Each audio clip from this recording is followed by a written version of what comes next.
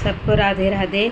आज मैं श्री भगवान विष्णु की एक प्यारी सी वंदना लेकर आई हूँ, जिसको करने से भगवान प्रसन्न होते हैं। हे सर्वदानंद सर्वशक्तिमान पूर्ण ब्रह्मा अजन्मा अजर अमर अनंत सर्वव्यापकम न्यायकारी दयामय ईश्वर, आपकी महिमा का कोई पार नहीं और आपके शुभ नामों की कोई संख्या नहीं।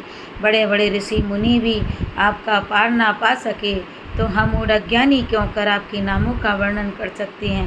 हे महाप्रभु, आप ऐसे दयावान हैं कि अपनी अपार दया से गूंगे को वाचाल, लंगड़े को पर्वत से फाँदने योग बना सकते हैं।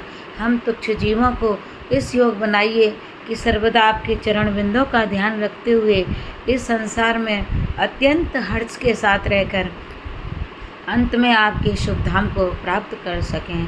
हे महाप्रभु, ऐसी कृपा कीजिए। ओम शांति शांति शांति।